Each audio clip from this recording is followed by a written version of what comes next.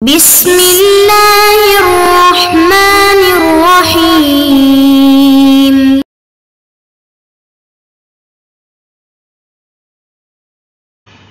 اعوذ باللہ من الشیطان الرجیم، بسم اللہ الرحمن الرحیم۔ عزیز طلباء کرام، السلام علیکم ورحمۃ اللہ وبرکاتہ۔ امید ہے آپ سب خیر و عافیت سے ہوں گے۔ جواہر البلاغہ حصہ دوم، سبق نمبر 28۔ جیسا کہ آپ عزیزان جانتے ہیں، بحث اول مجاز لغوی سے متعلق تھی۔ بحث اول میں ہم نے مجاز لغوی کی تعریف پڑھی، علاقہ کیا ہوتا ہے، قرینہ کیا ہوتا ہے، اس بارے میں تفصیل سے پڑھا، اور اس کے بعد پھر مجاز لغوی کی جو اقسام تھیں 4، وہ بھی بیان ہو گئیں کہ مجاز لغوی کی 4 اقسام ہیں۔ اب ان میں سے ایک ہی کی وضاحت صاحب کتاب کرتے ہیں۔ تو بحث دوم جو ہے وہ مجاز لغوی مفرد مرسل کی وضاحت سے متعلق ہے۔ اس بحث میں جو مجاز لغوی کا جو پہلا قسم ہے مجاز مفرد مرسل، اس کی وضاحت ہے کہ مجاز مفرد مرسل کیا ہے، اور ساتھ یہ کہ مجاز مفرد مرسل کے جو علاقات ہیں وہ کیا ہے۔ ہم نے کہا تھا پچھلے درس میں کہ اگر معنی وضع اعلیٰ، یعنی حرف جس معنی کے لیے وضع کیا گیا ہے، اور وہ معنی کہ جو غیر ما وضع اعلیٰ ہے، یعنی جس کے لیے وہ لفظ جو ہے وہ وضع نہیں کیا گیا، اگر ان دو کے درمیان علاقہ مشابہت والا ہو تو وہ پھر استعارہ ہوگا۔ اب اگر علاقہ مشابہت والا نہ ہو، اس کے علاوہ کوئی اور علاقہ ہو، تو پھر وہ کیا بنتا ہے؟ وہ پھر مجاز مرسل بنتا ہے۔ تو اب وہ علاقہ جو مشابہت والا نہیں ہے تو وہ کیا ہو سکتا ہے؟ تو وہ علاقہ وہ کئی سارے قسمیں ہیں اس کی، کبھی وہ علاقہ سببیت کا ہوگا، کبھی مسببیت کا ہوگا، کبھی حالیت کا ہوگا، وغیرہ وغیرہ، جو ہم آگے پڑھیں گے۔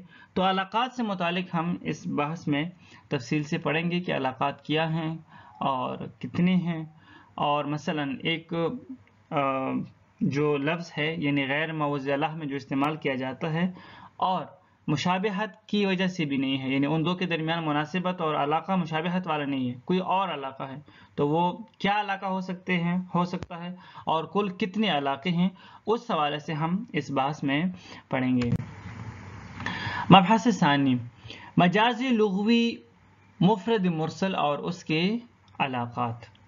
مجاز مفرد مرسل۔ اب مجاز مفرد مرسل کیا ہے؟ آسان ہے، بالکل آپ جانتے ہیں، یعنی کلمے کو جس معنی کے لیے وضع کیا گیا ہے اس کے علاوہ کسی اور معنی میں استعمال کرنا۔ جس معنی کے لیے کلمے کو وضع کیا گیا ہے، لغت میں کلمے کا جس معنی ہے، اس کے علاوہ جب کوئی اور معنی آپ اس کلمے سے لے رہے ہیں تو یہ کیا ہو گیا؟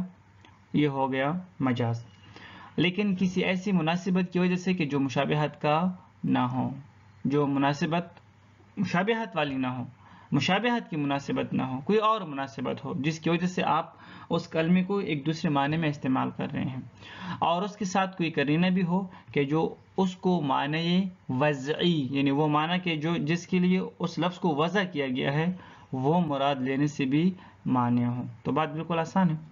مجاز مفرد مرسل کے علاقات بہت زیادہ ہیں، ان میں سے تقریباً 18 اہم علاقات صاحب کتاب نے یہاں بیان کیے ہیں۔ یعنی مجاز مفرد مرسل کے علاقات بہت زیادہ ہیں، 18 سے بھی زیادہ ہیں، کافی زیادہ ہیں، کہ یعنی مناسبتیں، وہ مناسبتیں کہ جن کی وجہ سے ہم ایک لفظ کو، یعنی جس معنی کے لیے اس لفظ کو وضع کیا گیا ہے اس کے علاوہ کسی اور معنی میں استعمال کرتے ہیں، اور مشابہت والی مناسبت بھی نہ ہو، تو اور مناسبتیں کافی زیادہ ہیں کہ جس کی وجہ سے ایک لفظ غیر ما وضع اعلیٰ معنی میں استعمال ہوتا ہے، لیکن ان میں سے جو 18 ہے یہ اہم ہیں اور ان کا سیکھنا ضروری ہے۔ پہلی جو مناسبت ہے وہ سببیت کا ہے، دوسری مسببیت کا ہے، پھر اس کے بعد کلیت ہے، جزئیت ہے، لازمیہ ہے، ملزومیت ہے، آلیت ہے یعنی عالیہ ہے، تقیید، ثم اطلاق، عموم، خصوص، اعتبار ما کان، اعتبار ما یکون، حالیت، محلیت، بدلیت، مبدلیت، مجاورت اور تعلق اشتقاقی. اب ان میں سے ایک ایک سے متعلق ہم تفصیل سے پڑھیں گے، تو جتنا ہو سکے وہ آج کریں گے، اور جو رہ جاتے ہیں وہ پچھلے دروس میں، اس کے بعد کے جو دروس ہیں ان میں اس بارے میں بھی تفصیل سے پڑھتے ہیں. مجاز مفرد مرسل کے علاقات. آج کے درس میں ہماری کوشش ہوگی کہ جو پہلے 4 علاقے ہیں اس کے بارے میں تفصیل سے پڑھیں. سب سے پہلا علاقہ کہ جس کی وجہ سے ایک لفظ ما وضع لہ، یعنی وہ معنی کہ جس کے لیے اس کو وضع کیا گیا ہے، اس کے علاوہ کسی اور معنی کے لیے استعمال کیا جاتا ہے، کسی اور معنی اس سے کوئی اور معنی اس سے مراد لیا جاتا ہے، تو کبھی کبھار جو علاقہ ہوتا ہے، جو مناسبت ہوتا ہے، وہ سببیت کا ہوتا ہے. سببیت کا مطلب کیا ہے؟ یعنی آپ سبب سے مسبب مراد لیں. سبب سے مسبب مراد لینا. آپ لفظ تو سبب استعمال کر رہے ہیں لیکن مراد آپ کیا لے رہے ہیں؟ مسبب. سببیت کا مطلب یہ ہے، یعنی آپ لفظ سبب کا لا رہے ہیں لیکن آپ مراد وہ سبب والا معنی مراد نہیں لے رہے ہیں، وہ معنی آپ مراد نہیں لے رہے ہیں بلکہ آپ کوئی اور معنی مراد لے رہے ہیں. مثال میں اس کی کتاب میں اس کی مثالیں کافی زیادہ ہیں اور تفصیل سے ہم پڑھیں گے بھی ادھر. ایک مثال انہوں نے دی ہیں سببیت کے لیے، مثلا رعت الماشیۃ الغیث، یعنی جو مال مویشی ہے وہ انہوں نے بارش کو چرا. کیا مال مویشی بارش چرتے ہیں؟ نہیں. یعنی کیا مال مویشی جو چرتے ہیں، چرتے ہوئے وہ بارش کھاتے ہیں؟ نہیں، بلکہ چرتے ہوئے تو وہ گھاس پھوس نباتات کھاتے ہیں، بارش تو وہ نہیں کھاتے. پھر یہاں پر اس مثال میں کیوں کہتے ہیں کہ مویشیوں نے بارش چرا؟ ہاں، یہاں پر بارش سبب ہے. جب بارش ہوتی ہے تو اس کے ذریعے سے نباتات اگتے ہیں نا. یہ جو گھاس پھوس زمین سے اگتی ہے، اس کی وجہ کیا ہے؟ اس کا سبب کیا ہے؟ بنیادی سبب یہ ہے کہ پانی ہو، بارش کے ذریعے سے پانی آئے. اب پانی کے ذریعے سے پھر کیا ہوتا ہے؟ بارش کے ذریعے سے پھر وہ نباتات اگتے ہیں اور ہریالی آتی ہے، پھر ان میں جو جانور ہیں وہ چرتے ہیں. اب یہاں پر اگر انہوں نے لفظ بارش استعمال کیا ہے تو بارش تو جانور نہیں چرتے، بس سبب کا لفظ استعمال کیا ہے، مراد کیا لیا ہے؟ مسبب لیا ہے. اس کو کہتے ہیں علاقہ سببیت. باقی بھی اسی طرح ہی ہیں. مثلا مسببیہ ہے، یعنی مسبب کا لفظ استعمال کر کے سبب مراد لینا، یہ بھی آسان ہے، اس کی ہم تفصیل پڑھیں گے بعد میں. کلیت کا مطلب یہ ہے کہ کل سے جز مراد لینا. آپ ایک ایسا لفظ استعمال کرتے ہیں کہ جو کلی ہیں، جو جس کے کئی اجزاء ہیں، لیکن آپ مراد کیا لیتے ہیں؟ ایک جز آپ مراد لیتے ہیں. اس کل میں سے ایک جز آپ مراد لیتے ہیں. مثلا آپ کو کوئی ایک 5-6 جلدی کتاب دیں کہ یہ آپ لے لو. اب دوسرے دن آپ اسے کہتے ہیں کہ میں نے اس کتاب کا مطالعہ کیا. کیا مطلب آپ نے اس کتاب کا مطالعہ کیا؟ ہاں، آپ نے پوری کتاب کا مطالعہ نہیں کیا ہے. وہ کتاب مثلا اتنی بڑی ہے کہ جس کا ایک دن میں مطالعہ ممکن ہی نہیں ہے. کوئی 40 جلد کی کتاب ہے، مثلا جواہر الکلام ہے، تو اس کا تو ایک دن میں مطالعہ کرنا ممکن ہی نہیں ہے. دوسرے دن جب آپ کہتے ہیں کہ مثلا میں نے اس کتاب کا مطالعہ کیا، تو قرینہ حالیہ یہاں پر یہ بتا رہا ہے کہ ہاں آپ نے کتاب کا تو مطالعہ کیا ہوگا، لیکن بعض حصے کا مطالعہ کیا ہوگا. یعنی لفظ آپ نے کل کا استعمال کیا کہ کل کتاب کا مطالعہ کیا، لیکن کل مراد نہیں ہے، بلکہ یہاں پر مراد کیا ہے؟ جز ہے. اسی طرح جزئیت، یعنی جز سے کل مراد لینا. آپ ایک جزوی ایک جز کو لے کر آتے ہیں، ایک ایسا لفظ لے کر آتے ہیں کہ جو کل کے ایک جز پر دلالت کرتا ہے، لیکن مراد آپ کا کیا ہوتا ہے؟ مراد آپ کا ہوتا ہے کل. ان تمام کے لیے مثالیں اور تفصیلات جو ہے وہ متن درس میں آ جائیں گی. المبحث الثانی فی المجاز اللغوی المفرد المرسل و علاقاتی. بحث دوم جو ہے وہ مجاز لغوی مفرد مرسل سے متعلق ہے اور اس کی جو علاقات ہیں اس کے بارے میں ہے. المجاز المفرد المرسل هو استعمال الكلمة في غير موضع له في اصطلاح التخاطب لعلاقة غير المشابهة مع قرينة مانعة من إرادة المعنى الوضعي. مجاز مفرد مرسل کیا ہے؟ مجاز مفرد مرسل یہ ہے کہ ایک کلمہ کو اس معنی کے لیے استعمال کرنا کہ جس کے لیے وہ وضع نہیں کیا گیا. اس معنی میں استعمال کرنا کہ جس معنی کے لیے وہ وضع نہیں کیا گیا. اصطلاح تخاطب میں یعنی اس کو وضع نہیں کیا گیا، اس کو وضع نہیں کیا گیا. لغت میں اس لفظ کا معنی وہ نہیں ہے جس معنی کے لیے آپ اس لفظ کو استعمال کر رہے ہیں، اور لوگ بھی جو عام بول چال کرتے ہیں اس لفظ سے وہ والا معنی مراد نہیں لیتے جو آپ لے رہے ہیں. اچھا، لیکن آپ اس دوسرے معنی میں اس لفظ کو کیوں استعمال کرتے ہیں؟ لعلاقتن، کوئی مناسبت ہے، کوئی علاقہ ہے جس کی بنیاد پر بغیر علاقے کے، بغیر مناسبت کے آپ کسی بھی لفظ کو اٹھا کر کسی بھی معنی میں استعمال کریں. نہیں، ایسا بھی نہیں ہے. ٹھیک ہے، ایسا بھی نہیں ہے کہ آپ زمین سے مراد آسمان لیں اور آسمان سے مراد زمین لیں. نہیں، کوئی علاقہ ہونا چاہیے، کوئی مناسبت ہونی چاہیے. ہاں، لیکن جب مجاز مفرد مرسل ہے تو وہ علاقہ مشابہت کا نہ ہو، کوئی اور علاقہ ہو. بے شک جو بھی علاقہ ہو لیکن مشابہت والا نہ ہو. مشابہت والا علاقہ ہوگا تو پھر یہ استعارہ کہلائے گا، پھر یہ مجاز مفرد مرسل نہیں ہوگا. اور ساتھ ہی کہ ایک قرینہ موجود ہو، جو خواہ قرینہ لفظیہ ہو یا حالیہ ہو، جو بھی ہو، جو ہمیں یہ بتائیں کہ یہاں پر جو معنی وضعی ہے اس لفظ کا، جو اصل معنی ہے، جو لغوی معنی ہے، وہ بھی یہاں پر مراد نہیں ہے بلکہ کوئی اور معنی مراد ہے. وَلَهُ عَلَاقَاتٌ كَثِيرَةٌ وَتَسْمِيَتُهَا بِاعْتِبَارِ الْمَعْنَى الْوَضْعِي وَأَهَمُّهَا. بہت سارے علاقات ہیں مجاز مفرد مرسل کے، بہت ساری مناسبتیں ہیں جس کی وجہ سے ایک لفظ کو غیر موضع اللہ معنی میں استعمال کیا جاتا ہے، اور ان میں سے جو اہم ہیں وہ صاحب کتاب نے یہاں پر بیان کی ہیں، اور ان کو نام بھی جو ہے یعنی جو ان کا معنی وضعی ہیں ان کے تحت ان کو نام بھی دیے گئے ہیں.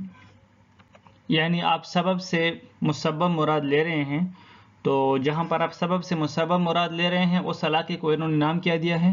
سببیت نام دیا ہے، کیونکہ وہ لفظ اصل میں ہے سبب، اور اس کا جو معنی وضعی ہے وہ بھی سبب والا ہے. تو اب آپ اس سے مسببیت یعنی مسبب قصد کر رہے ہیں، تو انہوں نے اس لفظ کو مثلا اس علاقے کو سببیت نام دیا ہے معنی وضعی کی بنیاد پر. تو تمام کو معنی وضعی کی بنیاد پر نام دیے ہیں. السببیہ وہی کون الشیء المنقول عنہ سببا ومؤثرا فی المعنى المنقول الیہ، وذلك فيما اذا ذکر لفظ السبب وارید منه المسبب، نحو رعت الماشیة الغیث ای النبات لأن الغیث ای المطر سبب فیہ وقرینته لفظیۃ وہی رعت. سببیت کیا ہے میں نے آپ کو آسان الفاظ میں سمجھا دیا ہے پہلے. عبارت میں خواہ مخواہ پڑھنے کی ضرورت نہیں ہے، وضاحت تو میں کروں گا لیکن عبارت میں الجھنے کی ضرورت نہیں ہے. اصل مطالب سیکھیں اور بالکل ٹو دا پوائنٹ ایک ایک چھوٹے چھوٹے جملے میں سیکھیں. سببیت کا مطلب یہ ہے کہ سبب، جب سبب استعمال ہو اور مراد کیا لیں؟ مسبب لیں. سبب سے معنی جو ہے وہ مسبب کا قصد کریں، تو یہ ہے سببیت. اب یہاں پر وہی بات ہے کہ جو سبب ہے وہ منقول عنہ، یعنی ہیا کون الشیء المنقول عنہ سببا، یعنی منقول عنہ یعنی جس کو نقل کیا جا رہا ہے، جس سے آپ نے کوئی اور معنی مراد لیا ہے، جو لفظ کہ جس سے آپ نے کوئی اور معنی مراد لیا ہے وہ سبب ہو، اور وہ جس چیز میں مؤثر ہو وہ آپ نے مراد لیا ہے، یعنی جس میں وہ نقل ہوا ہے وہ مسبب ہو. یعنی لفظ آپ نے سبب استعمال کیا اور معنی مراد آپ نے مسبب لیا، تو یہ ہے سببیت. وذالک، اور یہ کب ہوتا ہے؟ یہ تب ہوتا ہے کہ جب آپ سبب کو ذکر کریں اور اس سے مسبب جو ہے مراد لیں. بات بالکل آسان ہے. یعنی جب آپ سبب کو ذکر کرتے ہیں، جب یعنی جس لفظ کو آپ کسی اور معنی کی طرف نقل کر رہے ہیں، کوئی اور معنی آپ اس سے مراد لے رہے ہیں، وہ سبب ہو، اور جو معنی آپ مراد لے رہے ہیں وہ مسبب ہو، تو اس کو کہیں گے کیا؟ سببیت. آسان الفاظ میں سبب سے مسبب مراد لینا. جس طرح کہ مثلا رعت الماشیۃ الغیث، جانور جو ہے انہوں نے بارش چرا. تو اب جانور جو ہے وہ بارش نہیں چرتے، جانور جو ہے پانی میں نہیں چرتے، جانور تو گھاس پھوس میں چلتے ہیں، نباتات میں چلتے ہیں اور نباتات کھاتے ہیں. ہریالی جو ہے وہ کھاتے ہیں، پانی تو نہیں کھاتے نا، بارش تو نہیں کھاتے. تو اب یہ انہوں نے کیوں کہا ہے؟ یہاں پر غیث استعمال کیا ہے، مراد کیا لیا ہے؟ نبات. اب یہ جو نبات ہیں، یہ جو مثلا کیا کہتے ہیں پودے ہیں، یہ کیسے اگتے ہیں؟ تو بارش کی وجہ سے ہی تو اگتے ہیں نا. تو لہٰذا سبب کو استعمال کیا ہے، مراد مسبب لیا ہے. لأن الغیث علمۃ سبب، یہ جو بارش ہے یہ سبب ہے، اور نبات کیا ہے؟ نبات مسبب ہے، تو سبب سے مسبب مراد لیا ہے. قرینہ کیا ہے؟ قرینہ جو ہے یہاں پر قرینہ لفظیہ ہے کہ جو رعت ہے. رعت کا معنی ہے چرنا. تو جو جانور ہے وہ بارش کو نہیں چرتے، وہ نبات چرتے ہیں، وہ پودے یعنی کھاتے ہیں، اور جو ہریالی ہوتی ہے وہ کھاتے ہیں، وہ پانی یا بارش نہیں کھاتے. لہٰذا رعت جو ہے یہ قرینہ ہے کہ جو مانعہ ہے، کہ یہاں پر بارش، غیث سے مراد بارش نہیں ہے. المسببیہ، مسببیہ پہلے کا الٹ ہے، یعنی مسبب کو استعمال کریں، لفظ مسبب ہو اور مراد اس سے آپ سبب لیں. وہی ان یکون المنقول عنہ مسببا، یعنی جس لفظ کو کے معنی کو نقل کیا جا رہا ہے وہ کیا ہے؟ مسبب ہے، یعنی مسبب کا لفظ آپ لے کر آتے ہیں. وَأَثَرًا لِلْمَنْقُولِ إِلَيْهِ، لیکن آپ مسبب سے کیا مراد لیتے ہیں؟ مسبب سے آپ مراد اس کا جو اثر ہے، یعنی مسبب سے جو مراد آپ اس کا وہ جو مؤثر ہے، جو اس کا اثر ہے آپ وہ مراد لیتے ہیں. یعنی جس کا یہ اثر ہے، یعنی مسبب کا جو سبب ہے، اس مؤثر کا جو اس اثر کا جو مؤثر ہے آپ وہ مراد لیتے ہیں. منقول الیہ جو ہے وہ سبب ہے. بات آسان ہے، یہ عبارتی ترجمے کی ضرورت نہیں ہے. یعنی آپ لفظ جو ہے وہ مسبب کا لے کر آتے ہیں، اور آپ اس سے مراد کیا لیتے ہیں، آپ اس کو کس معنی میں نقل کرتے ہیں؟ سبب. وذالک فیما اذا ذکر لفظ المسبب. دیکھو خود یہ جو وضاحت کی ہے نا یہ بہت آسان ہے، پہلے جملوں کی ضرورت ہی نہیں ہے. یعنی جب آپ لفظ جو ہے وہ مسبب کا لاتے ہیں، وارید منہ سبب، اور سبب آپ اس سے مراد لیتے ہیں. نحو قولہ تعالی، جس طرح کہ خداوند تبارک و تعالیٰ کا فرمانا ہے وَيُنَزِّلُ لَكُم مِّنَ السَّمَاءِ رِزْقًا، اور تم لوگوں کے لیے خداوند تبارک و تعالیٰ نے آسمان سے رزق کو نازل کیا. اب آسمان سے رزق نازل ہوتا ہے یا آسمان سے بارش نازل ہوتی ہے؟ تو لازم سی بات ہے کہ جو آسمان سے بارش نازل ہوتا ہے. تو مطرن یسبب الرزق، تو اصل میں آسمان سے جو چیز نازل ہوتی ہے وہ کیا ہے؟ وہ ہے مطر، رزق نہیں ہے. لیکن یہ جو مطر ہے یہ رزق کا سبب ہے. تو یہاں پر ابھی انہوں نے کیا ذکر کیا ہے؟ رزق. مسبب کو ذکر کیا ہے، مراد کیا لیا ہے؟ نازل کیا چیز ہوتی ہے آسمان سے؟ مطر. تو آسمان سے مطر نازل ہوتا ہے، مراد سبب لیا ہے، اور لے کر کیا آئے ہیں؟ مسبب لائے ہیں. تو مسبب سے سبب قصد کیا ہے، تو یہ کیا ہو گیا؟ مسببیت. اب ہے کلیت بھی آسان ہے. کل کا لفظ یعنی لفظ کل کا استعمال کرنا اور مراد جز کا لینا، بات ختم.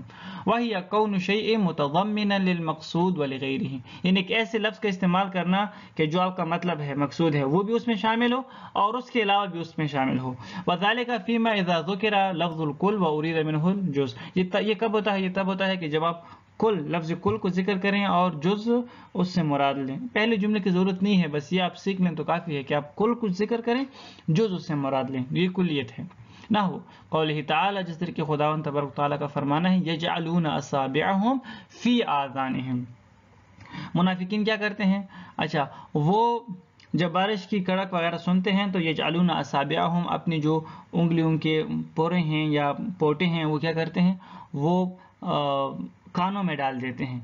اے اناملہم، اب جو انگلیوں کے پوٹے ہیں وہ کانوں میں ڈالتے ہیں، پوری انگلی تو نہیں ڈالتے نا. یہاں پر لفظ اصابع استعمال کیا، انگلیاں، کہ وہ انگلیاں جو ہے کانوں میں ڈالتے ہیں. تو انگلی پوری کی پوری کان میں نہیں آتی، بلکہ اس کا فقط ایک چھوٹا سا جز، یعنی اس کا جو سرا ہے فقط وہی کان میں آ سکتا ہے، پوری انگلی نہیں.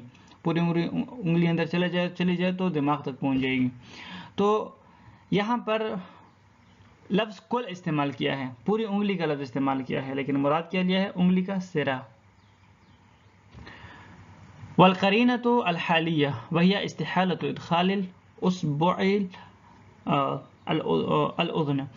تو یہاں پر آپ دیکھیں کہ یہاں پر جو قرینہ ہے وہ حالیہ ہے، یعنی حال بتا رہا ہے، سچویشن ہمیں بتا رہی ہے کہ یہ جو ہے یہ درست نہیں ہے. یہاں پر ہم پوری یعنی اس یہاں سے اصابع سے مراد ہم خود انگلی نہیں لے سکتے، بلکہ محال ہے کہ پوری انگلی جو ہے وہ کان میں داخل ہو، بلکہ ہاں انگلی کا سرا. وَنَحْوُ شَرِبْتُ مَاءَ النِّيلِ، مثلا آپ کسی کہتے ہیں کہ میں نے تو پورے دریائے نیل کے پانی پی لیا، میں نے دریائے نیل کا پانی پیا. اب میں نے دریائے نیل کا پانی پیا، اس کا مطلب یہ نہیں ہے کہ میں نے پورا کی پورا پانی پیا دریائے نیل کا، نہیں. یہاں پر مطلب یہ ہے کہ آپ نے دریائے نیل کے پانی میں سے کچھ پیا. والمراد بعضہ، یعنی آپ نے ماء النیل میں سے بعض پیا، نہ کہ پورا کی پورا. بقرینۃ شربت، قرینہ کیا ہے؟ شربت ہے کہ جو لفظیہ ہے. کیوں؟ کیونکہ بھائی پورے کے پورا پانی تو دریائے نیل کا ایک انسان نہیں پی سکتا. ایک انسان تو چھوڑیں، پوری دنیا کے انسان بھی مل جائیں، شاید وہ بھی دریائے نیل کے پانی کو ختم نہ کریں، پورا کی پورا نہ پئیں. الجزئیہ وہی کون المذکور ضمن شیء آخر. جزئیت کا مطلب کیا ہے؟ یعنی آپ جز کو استعمال کریں، لفظ جز کا ہو اور مراد آپ اس سے کل لیں. ہاں وہی کون المذکور ضمن شیء آخر، یعنی جو آپ نے ذکر کیا ہے وہ کسی اور کے ضمن میں ہو. جو چیز، جو لفظ آپ نے ذکر کیا ہے وہ اس معنی کے ضمن میں ہو کہ جو آپ نے اس سے مراد لیا ہے. آسان الفاظ میں یہی ہے کہ آپ جز استعمال کریں، یعنی ایک جزئی لفظ استعمال کریں اور اس سے آپ مراد کیا لیں؟ کل، پورا مراد لیں. وَذَلِكَ فِيمَا إِذَا ذُكِرَ لَفْظُ الْجُزْءِ، اور یہ تب ہوتا ہے کہ جب آپ ایک لفظ جزئی یعنی ایک ایسا لفظ استعمال کریں کہ جو کسی کل کی جز پر دلالت کر رہا ہو. وَأُرِيدَ مِنْهُ الْكُلُّ، اور اس سے پھر آپ مراد کیا لیں؟ کل. كَقَوْلِهِ تعالی، جس طرح کہ خداوند تبارک و تعالیٰ کا فرمانا ہے فَتَحْرِيرُ رَقَبَةٍ مُؤْمِنَةٍ، سورۃ النساء آیت نمبر 92. ایک ایسا بندہ کہ جو کسی مومن کو قتل کرے تو اس کا جو کفارہ ہے وہ یہ ہے کہ ایک تو اس کے جو ورثہ ہے اس مومن کے جس کو اس نے قتل کیا ہے غلطی سے، اگر غلطی سے قتل نہ کریں، جان بوجھ کر قتل کرے تو پھر تو بات اور بھی خطرناک ہے، اور خداوند تبارک و تعالیٰ کے ہاں بھی اس کا جو عذاب ہے وہ ہمیشہ کے لیے جہنم ہے. لیکن اگر کوئی بندہ کسی مومن کو غلطی سے قتل کرے تو پھر اس کا کفارہ یہ ہے کہ ایک تو اس کے ورثاء کو دیت دیں اس کا، اور دوسرا ہے کہ ایک غلام فتحریر رقبۃ مؤمنہ، ایک مؤمن غلام کو کیا کریں؟ آزاد کریں. اب یہاں پر لفظ رقبہ استعمال کیا ہے. رقبہ گردن کو کہتے ہیں. اب رقبۃ مؤمنہ، لیکن رقبہ کہتے ہیں گردن کو، مراد کیا لیا ہے؟ مراد پورا ایک غلام لیا ہے. یہاں پر دیکھیں نا، جز استعمال کیا ہے، استعمال جز کا کیا ہے، ایک ایسے لفظ کا کیا ہے کہ جس کا معنی جو ہے جزئی ہے، ایک گردن کے معنی میں ہے. لیکن یہاں پر مراد کیا لیا ہے؟ مراد کل لیا ہے، یعنی ایک مکمل غلام، کیونکہ گردن تو آزاد نہیں کیا جا سکتا نا، فقط گردن، آپ نے پورے کے پورے غلام کو آزاد کرنا ہوتا ہے. تو یہاں پر جو قرینہ ہے وہ معذرت جو علاقہ ہے وہ علاقہ جو ہے وہ جزئیت کا ہے. استعمال لفظ جز کیا ہے، مراد کل لیا ہے. اسی طرح مثلا کہا جاتا ہے نشر الحاکم عیونہ فی المدینہ، کہ شہر میں حاکم نے جو ہے مثلا آنکھیں جو ہے وہ بیچ دیے. اب کیا مطلب شہر میں حاکم نے آنکھیں بیچ دی؟ نہیں، آنکھیں نہیں، آنکھیں مراد نہیں ہے، ای الجواسیس، یعنی شہر میں حاکم نے جاسوس جو ہے پھیلائے، ہر طرف جاسوسوں کو بھیجا ہے. تو اب یہاں پر فالعیون مجاز مرسل علاقتہ الجزئیہ، اب یہاں پر جو عیون ہے وہ کیا ہے؟ مجاز مرسل ہے، اور یہ جو علاقہ ہے یہ علاقہ جزئی ہے. کیوں؟ لأن کل عین جزء من جاسوسها، کیونکہ عین یعنی آنکھ ہر جاسوس کا ایک جز ہے. اب استعمال جز کا کیا ہے، عین کا کیا ہے، آنکھ کا کیا ہے، اور مراد کیا لیا ہے؟ پورا کی پورا جاسوس. اب پورا جاسوس فقط ایک آنکھ تو نہیں ہوتی نا، جاسوس پورا ایک بندہ ہوتا ہے، لیکن ایک جز کو استعمال کر کے کل مراد لیا ہے. والقرینۃ الاستحالہ، یہاں پر قرینہ کیا ہے؟ قرینہ حالیہ ہے، اور قرینہ یعنی استحالہ جو ہے یعنی محال ہے کہ حاکم جو ہے فقط آنکھوں کو بھیجے بلکہ اس نے پوری کی پوری جاسوس کو بھیجنا ہوتا ہے. تو یہاں پر جو قرینہ ہے وہ استحالہ ہے. استحالہ کا مطلب یہ ہے کہ قرینہ حالیہ ہے، محال ہے کہ صرف آنکھوں کو بھیجا جائے. اب یہاں پر کوئی لفظ نہیں ہے کہ جس نے یہ جو اس بات پر دلالت کرے کہ یہاں پر یہ مثلا عیون جو ہے یہ کسی اور معنی پر، غیر موضوع لہ معنی پر دلالت کر رہا ہے، بلکہ یہاں پر ایک عقل جو ہے، عقل انسانی کہہ رہی ہے کہ محال ہے کہ حاکم فقط آنکھوں کو بھیجے، بلکہ عقل انسانی کہہ رہی ہے کہ یہاں پر عیون سے مراد جواسیس ہے. والسلام علیکم ورحمۃ اللہ وبرکاتہ.